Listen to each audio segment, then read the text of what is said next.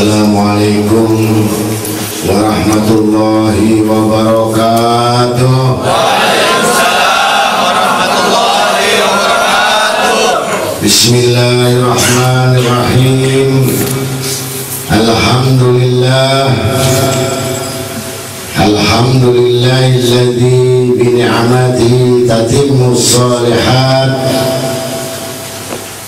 Birrahmati wal barakat wal karamat.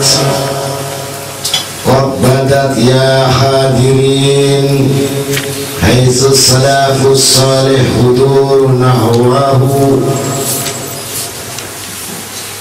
ila dhatil yamin. Ana aliya bad'i wa antum aminu ya hadirin. Ya qasimin al-khair waffu qismana ya qasimin. Ya akramal akramin. Ya ajwadal ajwadin. Wa ya asra'al hasibin. Wa ya arhamar rahimin. Wa ya rabbal alamin. Wa ya mughithul mustaghithin. Wa ya mudi'as sa'ilin. Wa muntaha rabbatir rakibin. Wa munaffisal makrubin. Wa mufarijal makrubin. Wa sariqal mustarikhin. Wa mujiba da'watil muttarin. Wa ya rahimatu afa'il masakin. Allahumma salli wa sallim alaihi wa ala alihi wa sahbihi wa tabi'in ma qaratu bi luqyadatil aliyah ainin hajin wa nasarat abira sama'ilihi aklamul katibin. Amma ba'd. Faya ayyuhal muslimun wal hadirun rahimakumullah. Fa'addamallahu lakum ajra wal hamakum ash-shukr wa razaqana wa iyyakum ash-shukra. Summa ina nufusana wa amwalana wa halina wa auladana wa amwalahum min mawahibillah al-hani'ah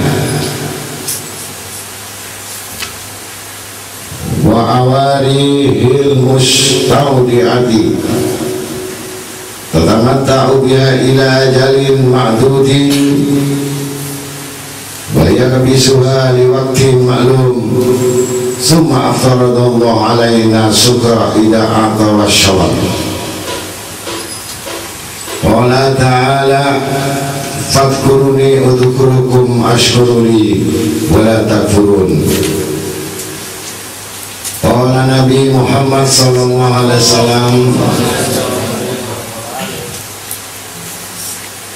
aw ya'lamul mu'min ma indallah minal uqubah ma tamya fi jannati ahadun walau ya'lamul kafir ma indallah minar rahmat ma qarata min rahmatin ahadun. Sadaqallahul maulanal azim wa rasulih.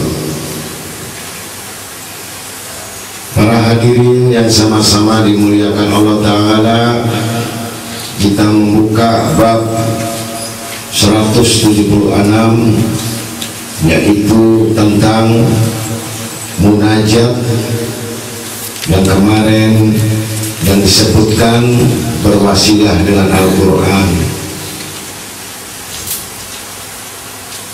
Cara-cara kita munajat kepada Allah, memohon kepada Allah Ta'ala agar disampaikan semua hajat-hajat kita sama Allah Ta'ala, yaitu catatan satu, dengan rendah hati memohon, meminta dengan wajah yang manis dan diucapkan dengan lidahnya. Artinya jangan cemberut, jangan menyesal, jangan kecewa apa-apa yang kita ucapkan. Datanglah kamu dengan gembira pada Tuhanmu, dengan satu permohonan yang bersukacita di hatimu, dengan fasih lidahnya.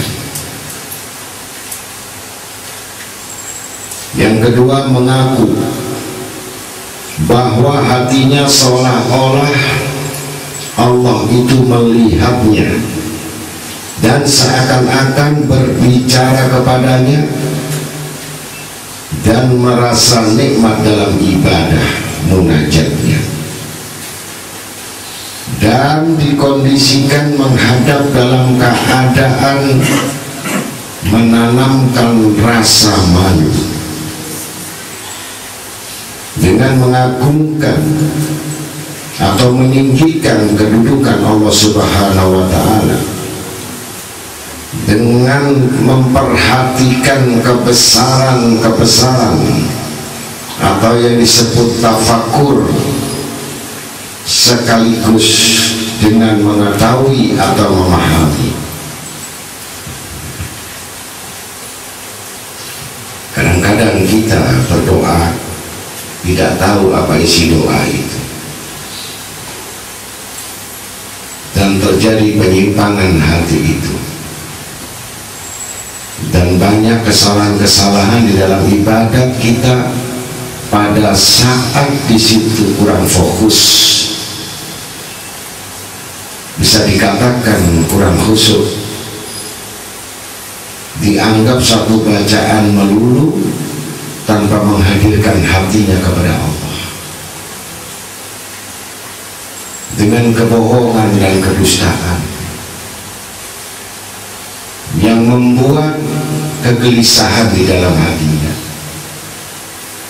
Padahal Allah Ta'ala mengetahui apa-apa yang disembunyikan di dalam hati. Yang ketiga, dengan meningkatkan atau mengetahui tentang syukur. Dengan syukur itu,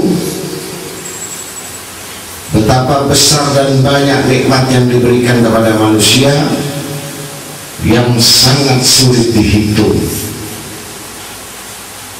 yang tidak tahu sejauh mana nikmat-nikmat yang diberikan, sehingga kita bersyukur dengan cara apa. Tentu kita akan mengalami sabar. Kesabaran itulah akan mendapatkan nikmat syukur yang besar.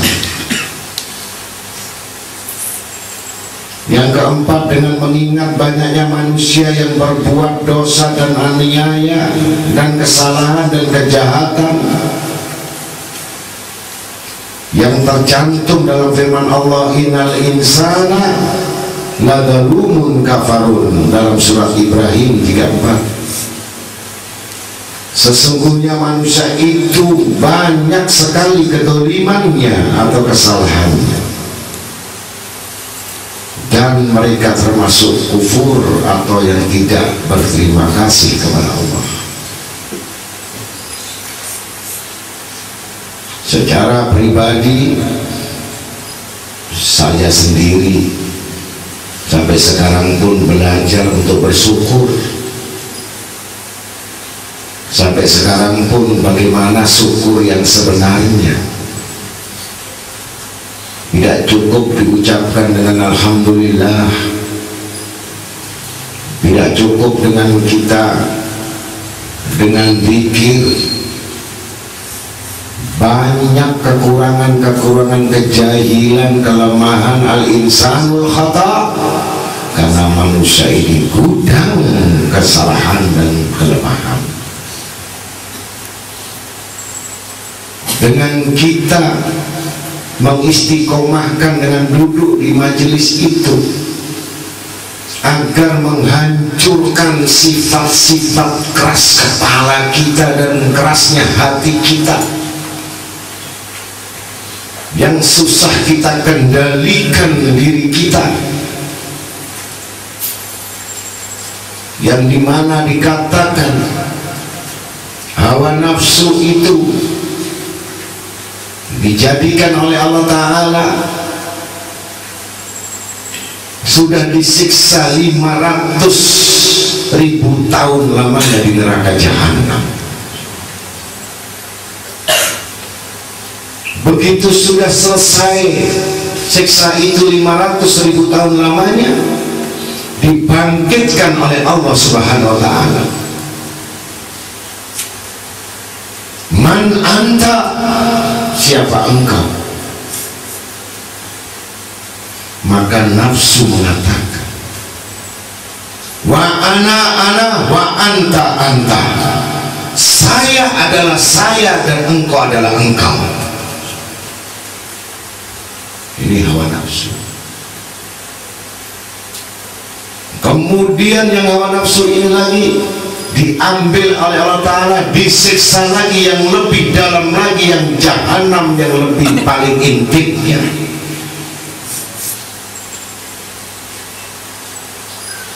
Untuk disiksa agar menyadari bahwa engkau adalah abdi yang mengabdi kepada Allah.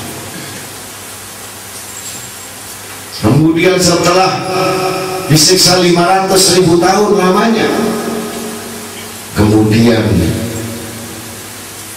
dibangkitkan lagi dari neraka jahanam itu, ditanya lagi yang namanya hawa nafsu ini, man anta, siapa kamu?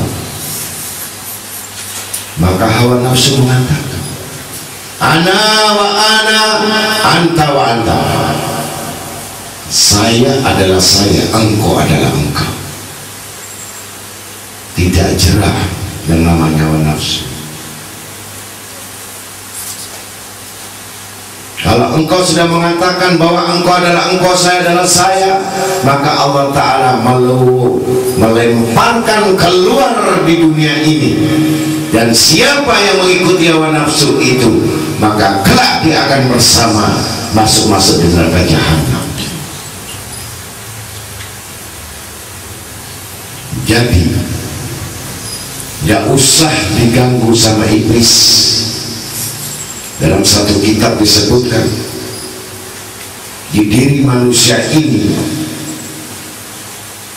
ada yang namanya iblis, syaitan. Tetapi syaitan iblis itu perbandingannya 70 iblis di dalam hati itu, sampai 700 iblis itu masih kalah sama hawa nafsu.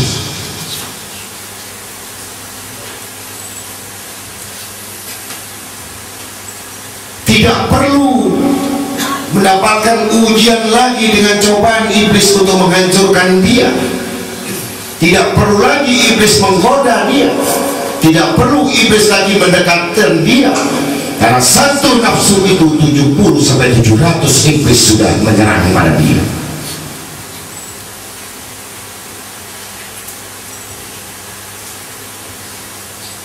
Ada satu riwayat, orang yang berpuasa di dalam bulan Ramadan, yang mana dalam puasa Ramadan itu dikatakan bahwa iblis syaitan itu sudah diikat,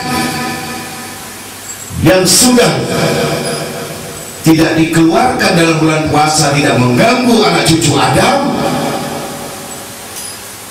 Tetapi di dalam bulan puasa itu maksiat tetap berjalan karena hawa nafsunya, bukan syaitan yang mengganggu dia. Ini perlu. Tidak disadari sudah manusia itu di dalam dirinya sudah terkurung oleh hawa nafsunya, sudah terkurung dari kehidupannya, yang gak pernah bersyukur, gak pernah ikhlas, gak pernah berjalan di jalan Allah yang benar, disebabkan bukan setan iblis lagi yang menggoda dia, tapi dia sudah dikuasai hawa nafsunya sendiri.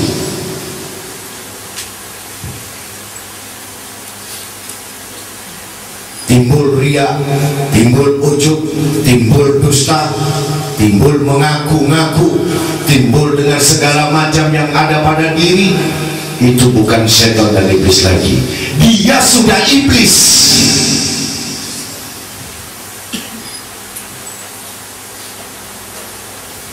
Maka timbul tidak bersyukur kepada Allah Ta'ala. Ini menghalangi munajat kita, menghalangi doa kita, menghalangi pikir kita, menghalangi semua cita-cita yang tinggi dan mulia, disebabkan terkalahkan oleh hawa nafsunya. Untuk itu beribadah ini seakan-akan Allah melihat dia, memperhatikan dia. Ini golongan orang-orang yang takwa, yang ihsan.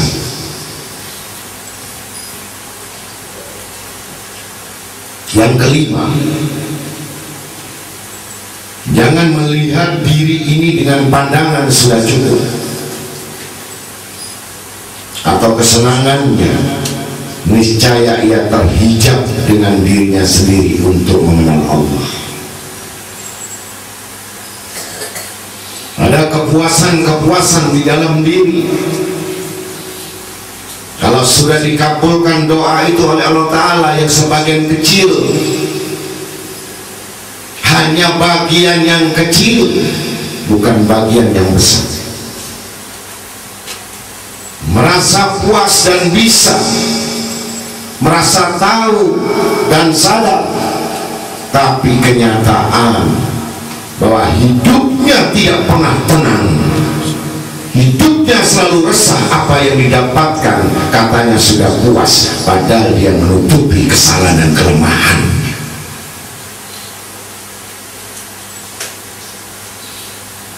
Ini termasuk doa munajat itu ditolak sama Allah.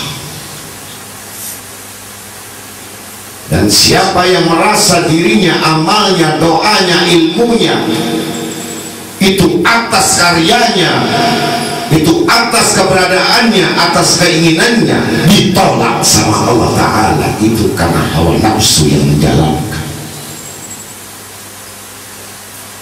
Seorang awliya'il kabir al-muta'al, seorang wali yang besar, tidak pernah mengatakan dengan doaku ini, dengan ibadatku ini, dengan ilmuku ini, punyaku ini.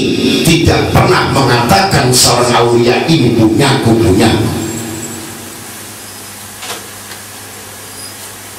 Orang bisa duduk di majelis,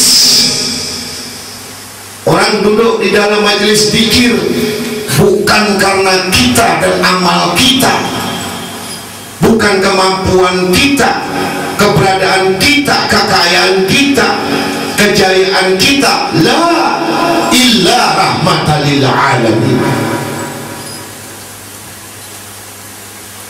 Dia bangga dengan sholat 100 rakaat, dia bangga dengan zikir ratusan ribu, dia bangga dengan puasanya siang dan malam,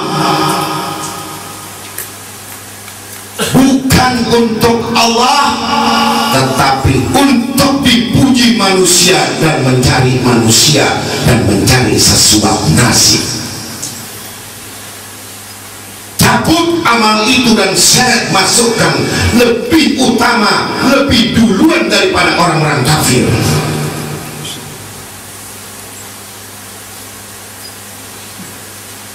Ini satu bagian-bagian yang perlu diingat. Kita beribadat bisa membaca Fatihah 3 kali, rahmat Allah. Bisa datang ke tempat ini, rahmat Allah. Bisa menjadi orang baik, rahmat Allah. Bisa mendapatkan ilmu, rahmatnya Allah. Bisa menjalankan ibadah dengan baik, rahmatnya Allah. Semua diletakkan pada rahmatnya, bukan dari kemauan kita, bukan daripada ibadat kita. Tidak akan bisa masuk surga. Dalam kitab Sir Asrar, Al-Alim Allama Al-Arif Billah, Syekh Sultan Aulia Allah Al-Qutbu Rabbani An-Nur Al-Haikali Syekh Abdul Qadir Al-Jailani. Wa ana abdi, saya adalah abdi. Wa ana hamba, saya adalah hamba. Yang sudah memimpin kita Qutbul Akhwan, seluruh alam semesta ini di tangan daripada beliau Syekh Abdul Qadir Al-Jailani. Beliau mengatakan dan bersabda, aku bisa masuk surga, aku bisa menjadi orang mulia, aku bisa punya kedudukan yang tinggi, bukan amal ibadahku, bukan zikirku, bukan ilmuku. Ini semua karena rahmat Allah yang mana menuntun aku sehingga aku mendapatkan kemuliaan ini. Satu saat rahmat itu diambil dan satu saat bersama aku mati.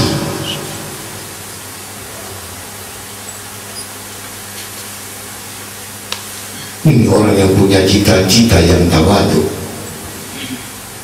Kalau kita mengandalkan dengan ilmu kita, mengandalkan kebaikan kita, mengandalkan amal kita, mengandalkan sampai semua amal perbuatan kita, bukan karena Allah, tapi karena kita, batal hukumnya.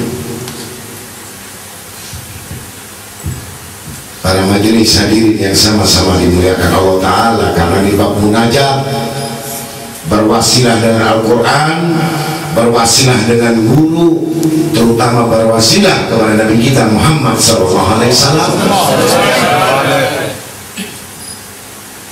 Ini yang tidak dibolehkan, merasa dirinya sudah cukup.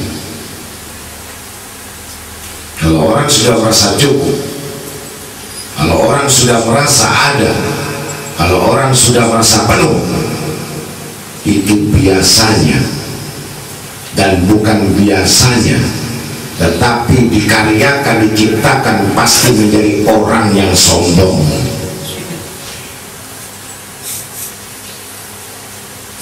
Dan orang yang demikian itu tanpa disadari karena merasa sudah mempunyai ilmu,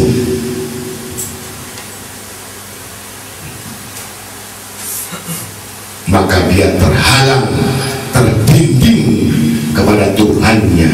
Makin bertambah amal dan zikirnya, bertambah ibadahnya, bertambah untuk menuntut ilmunya, jauh dari Allah, jauh dari rahmat Allah, jauh dari kebaikan dari Allah, jauh dari pahala dari Allah, mendekati neraka lebih dekat. Yang keenam, bahwa Allah Ta'ala lebih banyak besar mengingatkan kamu daripada kamu mengingat Allah Subhanahu wa Ta'ala. Jelas, sering kita diingatkan oleh Allah Ta'ala, baik secara rahasia, baik secara batin, baik secara pikiran, baik secara perbuatan, baik secara gerakan, baik secara ucapan. Seringkali kita diingatkan oleh Allah Ta'ala, tapi karena gofil wahalil mudibin, yaitu ahli bodoh, sehingga apa yang diingatkan oleh Allah Ta'ala tidak pernah tahu bahwa itu adalah peringatan dari Allah.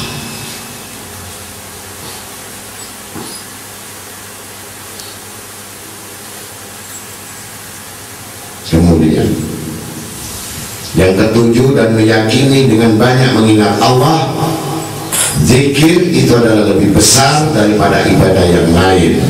Betul? Tidak salah. Zikir Allah, mengingat Allah, itu disebut zikir Allah. Mengingat masalahnya, zikir masalah namanya. mengingat anaknya, zikr aulad, mengingat istrinya, zikr azwaj, mengingat yang selalu diidamankan berarti mengingat satu selain Allah. Wa zikr mal, dan mengingat hartanya. Untuk itu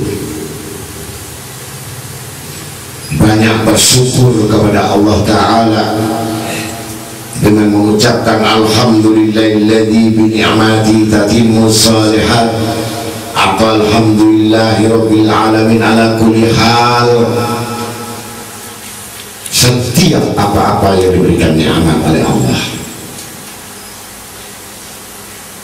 Yang 9, menjaga adab batin dengan cara taubat, yaitu mengembalikan segala orang yang teraniaya dan menghadap jiwa raga kita kepada Allah. Ada yang menghadap Allah Ta'ala jasadnya, raganya melulu, jiwanya tidak menghadap Allah Ta'ala. Jiwanya butuh dari lain daripada Allah. Jiwanya butuh ketenangan kalau yang membuat senang dia. Jiwanya tenang dan senang apa-apa kalau dia mendapatkan bukan dari Allah. Jadi ibadahnya teraniaya, pasti dia akan membuat aniaya atau teraniaya.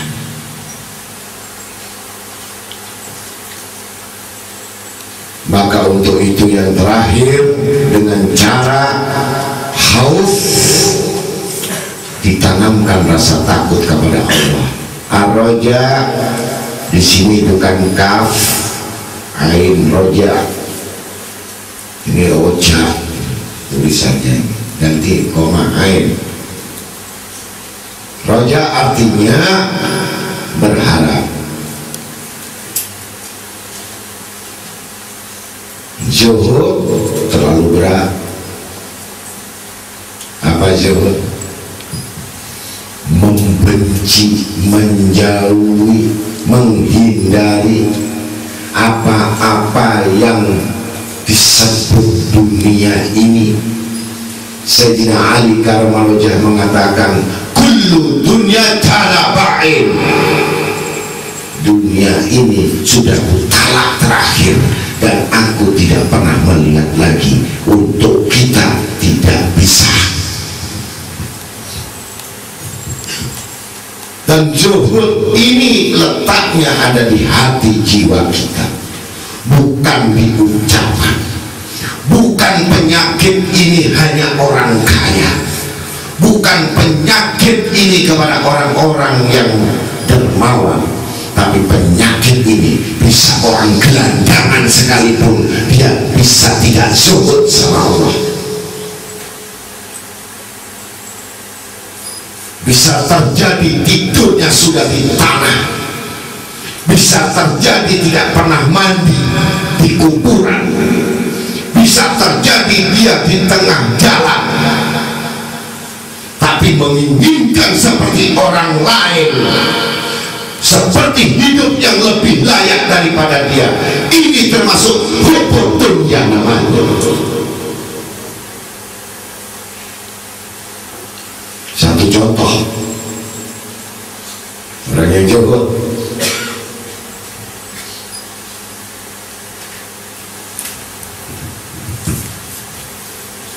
udah miskin sombong, udah melarat sombong lagi. Kalau kaya sombong, pantas yang disombongin ada. Ini miskin sombong. Apa arti sombong?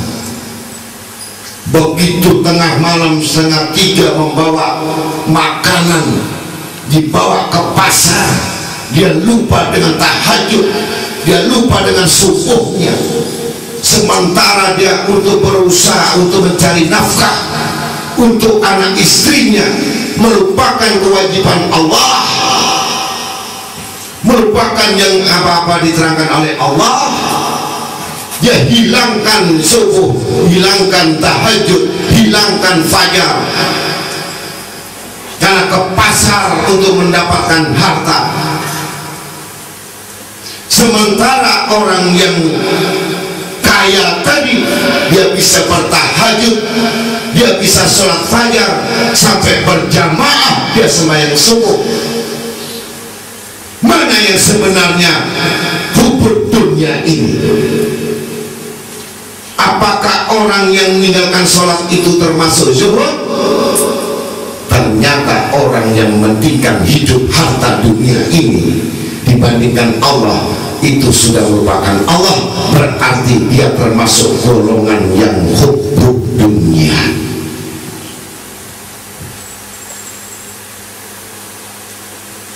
Ini yang namanya orang kalau sudah sombong, nggak perlu sembahyang, nggak perlu sholat, ya. Ada murid kita di sini ini nggak sholat, kalau di luar ada.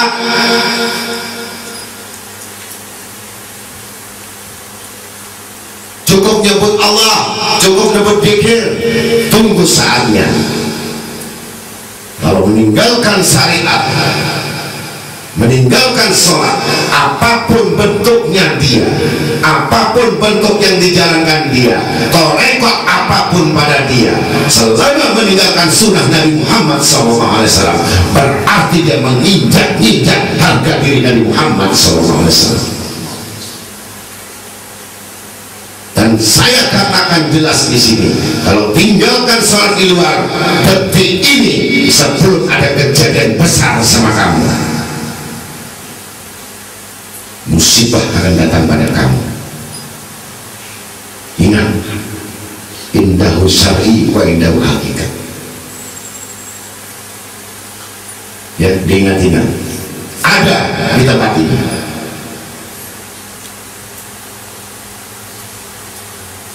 Untuk itu kami minta langsung jangan ditinggalkan syariat itu, karena sholat itu dianggap remeh, padahal sholat itu masuk petala langit 7. Sholat itu menghantarkan kendaraan untuk masuk kepada langit 7. Kalau mencari ilmu seperti itu, kebatinan semacam itu, malam ini saya minta pamit sekarang, keluar dari tempat ini.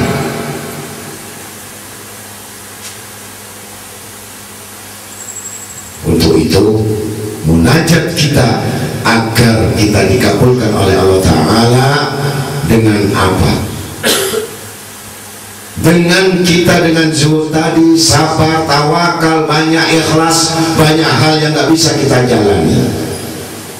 Tapi kita malam ini menghimpun majelis ini agar menjadi majelis khair, majelis baik di sisi Allah, di mata Allah, di mata Nabi kita Muhammad SAW.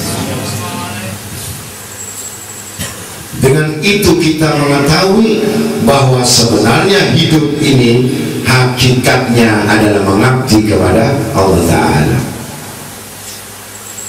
Sayyidina Imam Syafi'i radhiyallahu anhu dalam satu riwayat, yang mana Imam Syafi'i itu imam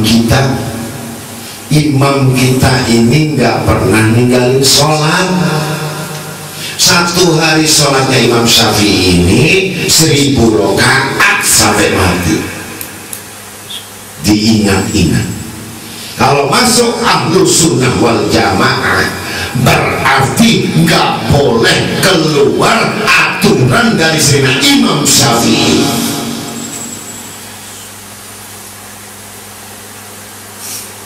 Begitu saat meninggal beliau, Imam Syafi'i ini, dia surga di dalamnya. Masuk surga Imam Syafi'i, menangis beliau, mataharinya alam ini adalah Imam Syafi'i. Sampai gurunya sendiri Sayyidina Ahmad bin Jabal bin Hanbal mengakui, walaupun Imam Syafi'i itu adalah muridku, tetapi aku selalu bertawassul kepadanya, karena dia adalah mataharinya langit bumi ini. Andai kata tidak ada Sayyidina Ahmad Syafi'i ini, sudah tenggelam dan kiamat yang namanya dunia ini. Tidak ada orang baik. Setelah masuk di dalam surga yang namanya Sayyidina Imam Syafi'i ini, apa kata beliau? Menangis terguguk-guguk dan sujud. Ya Rabbul Alamin, bukan aku menolak atas nikmat-nikmat yang kau berikan, tapi dari segala yang ada nikmat di dalam surga ini, aku tidak menuntut, aku tidak protes,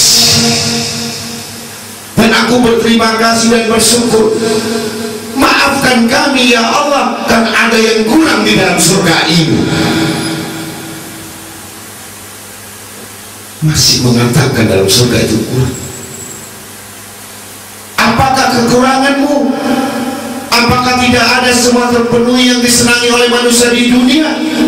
Yang tidak di dunia kuberikan kenikmatan yang tidak akan pernah habis sampai sejaman apapun. Kenapa kau mengatakan masih kurang? Apa kata Imam Syafi'i? Ya Allah, izinkan aku di dalam surga ini salat, salat, salat. Izinkan aku sembahyang ya Allah. Izinkan aku sujud ya Allah. Izinkan aku mengabdi. Aku kehilangan sebutan-sebutan ini kalau aku masuk surga.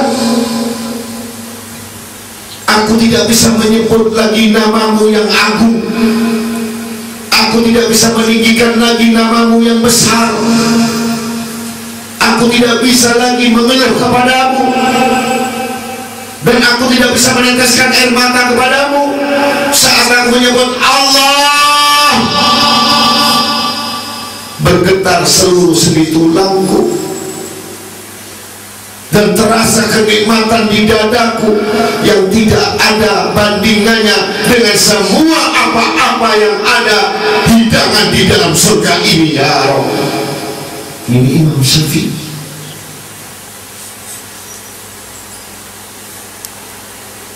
yang sudah besar, yang sudah punya anugerah besar, masih merindukan tentang sholat, merindukan tentang sembahyang. Di mana bilik mana yang kami diizinkan, maka oleh Allah Ta'ala diizinkan Imam Syafi'i ini. Silahkan hambaku, kau tidak peduli lagi dengan apa yang kuberikan, kau tidak peduli lagi dengan surga yang ada, kau tidak peduli dengan bidadari yang ada, dan kau tidak peduli apa-apa yang kuberikan, kecuali kau menjadikan hamba dan al-khaliq dengan aku selalu berhadapan. Maka alhamdulillah ya Rabb, bersyukur yang namanya Imam Syafi'i sujud di dalam surga. Jadi jelas orang yang sudah malas meninggalkan salat, memang dia tidak pernah hendak merasakan nikmat wa tartimu salihat, tidak pernah merasakan nikmatnya salat, tidak pernah merasakan nikmatnya ibadah, tidak pernah merasakan nikmatnya apa-apa dari Allah tentang salat. Dia nikmat yang lain, berarti kafir, dia keluar dari salat itu.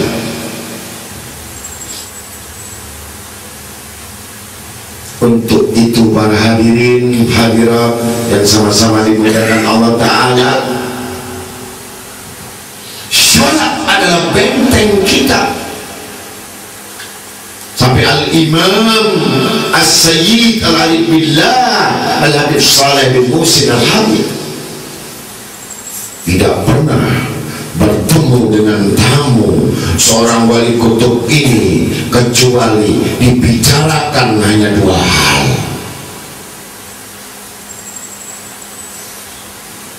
Adibu auladakum wa yuhibbuna bikum bita'atila bil walidain as-salam. Sampai orang masuk mau ketemu beliau, datang kepada beliau dalam keadaan tidak berwudu, keluar, sucikan rambutnya, disuruh berwudu sebelum menghadap. Salat 2 rakaat dulu untuk menghadap padaku. Salat ini diutamakan karena pertanyaan kubur yang pertama yang ditanyakan itu bukan amal yang lain. Yang ditanyakan adalah sholat kamu sempurna atau tidak. Begitu pula yang namanya cucu daripada Syekh Abdul Qadir Jailani, dalam ceramahnya mengatakan, dalam kitabnya, orang melihat aku adalah cucu dari Syekh Abdul Qadir Jailani, sedangkan aku tidak pernah berharap tentang ilmu yang kukaji berapa ratus kitab dan berapa ibadah yang kami jalankan, siang dan malam kami beribadah dan menuntut ilmu, tidak menjamin aku masuk surga.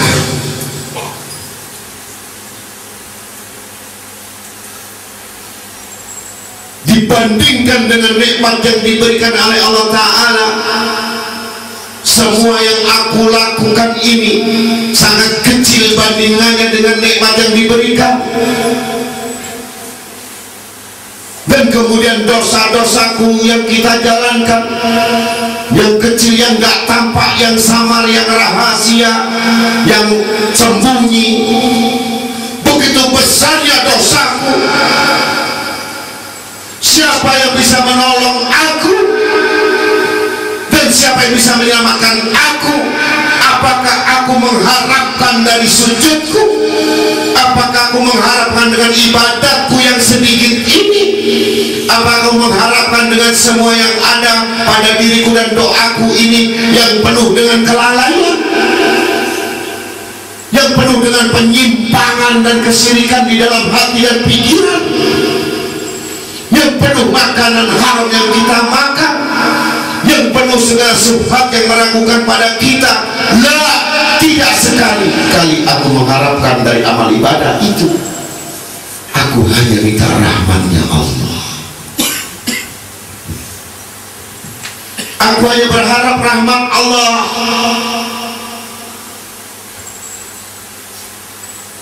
Yang mana rahmat Allah Ta'ala telah dititipkan oleh Nabi Muhammad SAW. Aku akan gemetar saat aku menghadap, membawakan kitab catatanku kepada Allah, dan aku pasti tidak akan mampu saat semua keburukan dan kebusukan diriku dibuka di dalam alam semesta ini.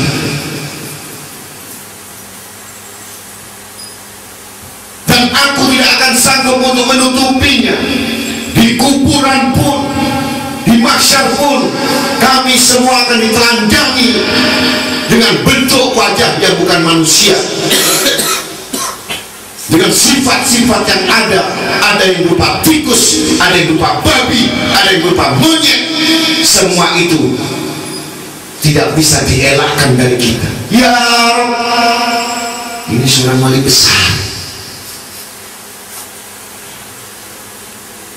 yang matanya terpelihara dari maksiat, ucapannya nggak pernah dusta, yang dirinya terpelihara dari yang haram, yang gak pernah batal wudhu, yang setiap malam gak pernah nonton TV, yang setiap malam gak pernah menikmati dunia, yang hidupnya habis dibantal dengan kitab,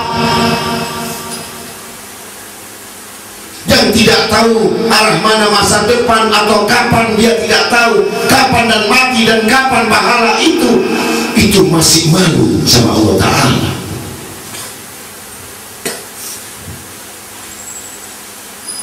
Satu permohonanku, ya Rabb, madapkan aku pada Rasulullah, sambungkan aku sama Rasulullah, sambungkan aku pada baginda Nabi Muhammad sallallahu alaihi wasallam. Aku tidak akan bisa langsung kepada Allah yang bisa menutupi dosa keburukan dan segala kejelekan, segala dosa, segala maksiat, segala jelekan semua yang ada pada diriku hanya Rasulullah sallallahu alaihi wasallam. Dan aku sadar, kata seorang wali Allah itu, pribadi saya sendiri pun kalau sudah menghadapi sirat, kalau sudah yang namanya rambut dibelah 7 gemetar, kita akan pasti jatuh di neraka itu, dan kita akan pasti tidak bisa akan melintas kepada jembatan itu walaupun amal kamu 1000 rakaat dan sholat.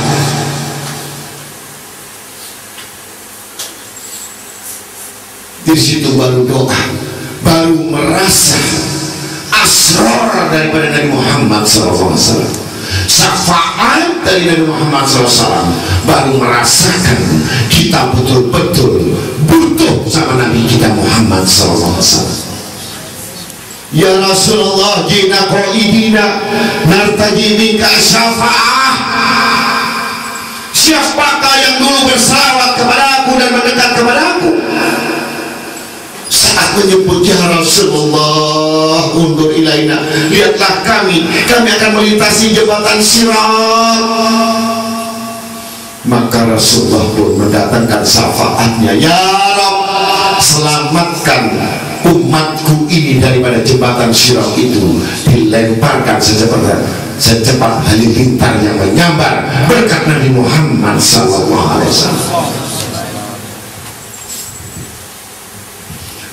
Tahajud kita, bukan pikir kita, bukan ilmu kita, bukan munajat kita, semuanya itu lemah dan kecil dan tidak berarti apa-apa dan tidak akan mengandung apa-apa. Banyak penyimpangan hati, banyak penyimpangan akal, banyak penyimpangan pikiran, banyak mengingat dunia, banyak menginginkan dunia, banyak menginginkan senangan dunia daripada bekal akhirat. Satu obatnya hanya satu, minta syafaat Nabi Muhammad SAW. Sampai diterangkan doa apapun, munajat apapun yang tidak diawali atau ditutup dengan sholawat ditolak mentah-mentah sama Allah Ta'ala, tidak diterima.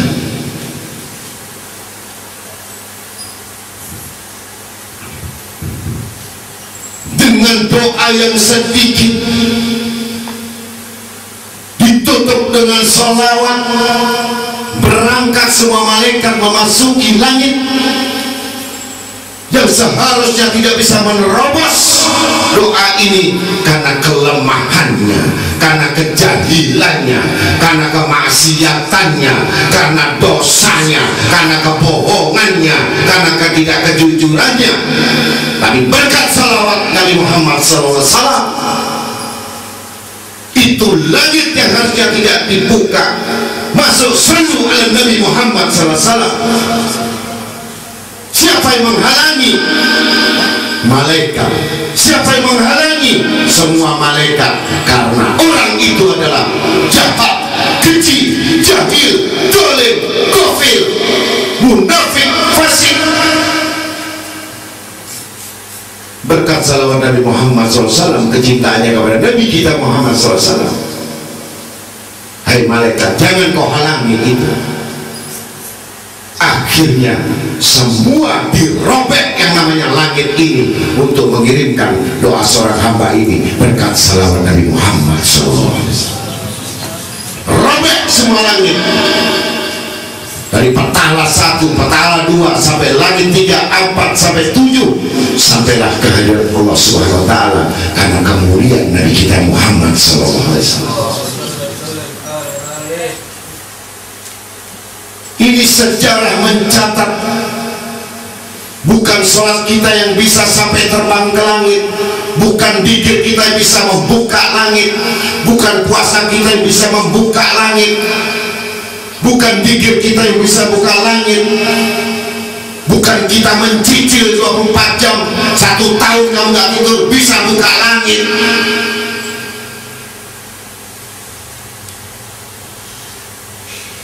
Tapi yang membuka langit ini betul-betul butuh Allah, butuh Rasulullah, tidak butuh yang lain. Dunia isinya kesenangannya bukan cari-cari uang, bukan cari-cari hidup dengan ngeber ilmu sana ilmu sini, datang sana datang situ.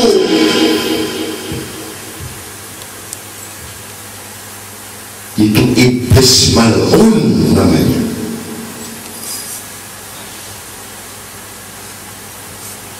Udah melarat ya melarat, jangan melarat sok kaya begitu.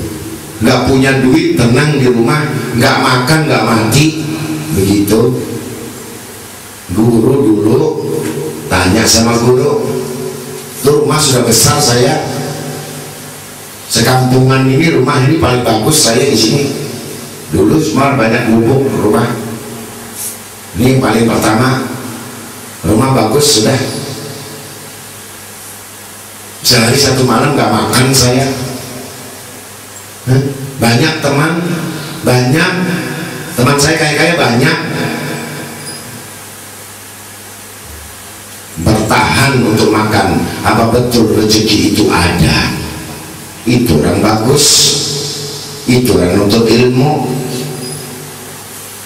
Kalau nuntut ilmu numpang makan sana makan situ makan ini, ngomong gaib ngomong ilmu. Buktinya cari makan sehari itu susah, ngomong ilmu. Masya Allah. Hidup itu nyata. Jadi mudah-mudahan anak-anak itu sabar dan syukur itu bagian-bagian untuk bisa sampai datang munajat kita kepada Allah Ta'ala, sampai mendatangkan qanaah, menerima ketetapan keputusan Allah Ta'ala. Jujur sama Allah Ta'ala, jangan jujur sama manusia.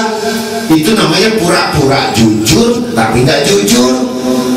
Yang saya minta jujur sama Allah, ya kan?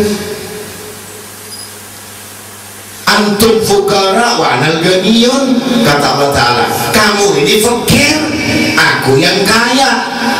Mintalah kepadaku, jangan minta makhluknya. Jelas ya?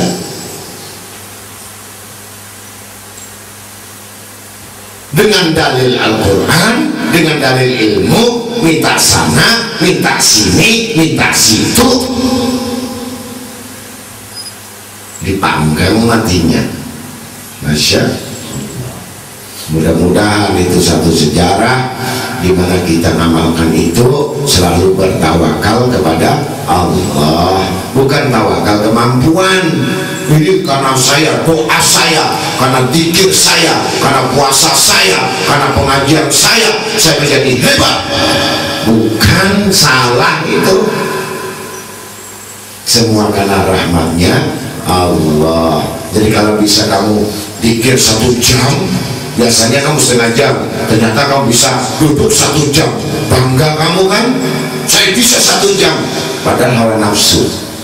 Kalau kamu mengatakan, ya Allah ini karena rahmat engkau, 1 jam jadi nikmat, tambah 2 jam karena rahmatnya. Kalau nafsu, saya harus baca 500 ini Fatihah, 100.000 dikir, nafsu yang keluar. Bukan keramat Allah Ta'ala yang keluar, keramat setan yang keluar. Masya Allah. Setan setan juga bisa ngintip orang. Ya kan? Kalau ada orang bisa ngomong sama lewat batinnya, saya ketemu sama Gus batin, itu yang merupai saya setan. Masya. Jangan dianggap bisa menyerupai, setan itu bisa menyerupai saya, kayaknya saya. Kalau saya datang di depan dia, mengajar dia, memberi ilmu dia, memberi wiritan dia, itu jelas dan itu soheh dan itu tasyeh, itu namanya robitah, orang mengaji. Masa jangan gampang-gampang anak-anak ngomong goib. Saya ketemu Gus Arifin, nih duduk dekat saya, nih depan saya, setan. Udah, bukan Gus Arifin itu. Masa hati-hati, yang tidak bisa diserupai apapun Nabi kita Muhammad SAW. Jangan percaya kalau ada orang ngomong gitu, gue sudah omongan saya bocok cari duit gitu. Masa ada bukan gitu yang gitu itu.